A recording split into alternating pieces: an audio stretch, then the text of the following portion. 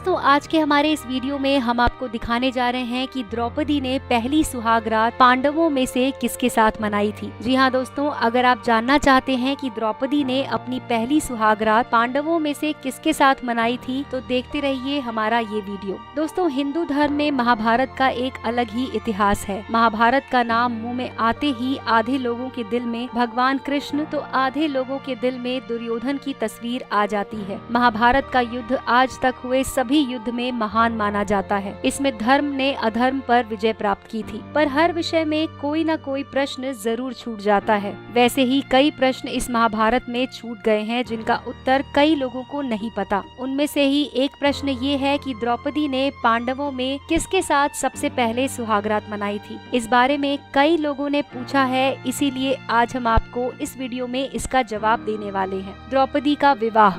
दुर्योधन द्वारा पांडवों को मारे जाने की खबर के बाद पांचों भाई माँ कुंती के साथ ब्राह्मण का जीवन बिताने लगे थे। सब ब्राह्मण की तरह भिक्षा मांग कर लाते और माँ कुंती उनको सब में बांट देती। उसी समय द्रौपदी का स्वयंवर चल रहा था, जिसमें आज्ञा लेकर अर्जुन भी गए और उन्होंने राजा की शर्त के अनुसार कार्य पूरा करके द्रौपदी को अपना बना लिया। उस समय वहाँ पर भगवान कृष्ण और बाकी सभी लोग भी उपस्थित थे। ब्राह्मण जीवन यापन कर रहे पांचों भाई जब द्रौपदी को लेकर घर आए तो कुंती उस समय भगवान की पूजा कर रही थी। जैसे ही उन्होंने बोला कि माँ हम आज देखो क्या लाए हैं, तो कुंती ने पूजा से उठना उचित नहीं समझा और उनको आदेश दिया कि जो भी लाए हो सभी भाई बांट कर खा लो। क्योंकि सभी भाई अपनी माँ की बात को आदेश की तरह मानते थे तो सब चुप हो गए। बाद में सब कुंती के बाहर आने का इंतजार करने लगे। जब कुंती ने बाहर आकर देखा तो वो बहुत दुखी हुई। फिर उन्होंने युधिष्ठिर से कहा कि ऐसा कुछ करो कि मेरी बात भी सही हो जाए और कुछ गलत भी ना हो। ये सब देखकर और सोचकर युधिष्ठिर ने फैसला किया कि सभी भाई द्रौपदी से शादी करेंगे।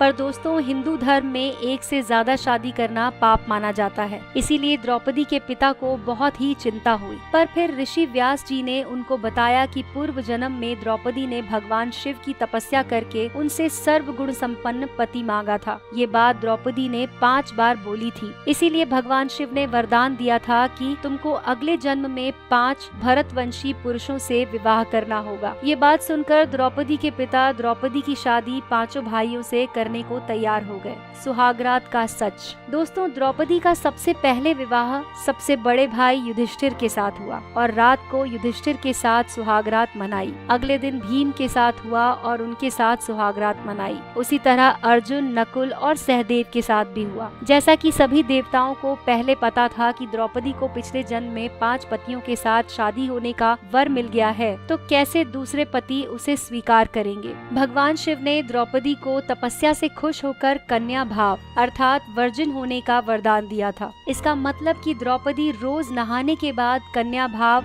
यानी कि वर्जिनिटी को प्राप्त हो जाती थी। इसी कारणवश ये विवाह संपन्न हो पाया।